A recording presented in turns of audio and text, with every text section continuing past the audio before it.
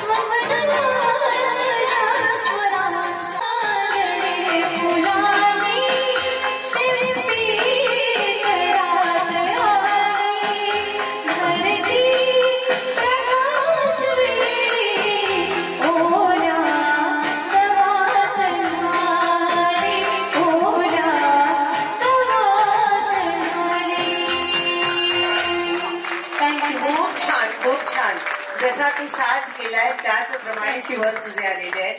खूप छान.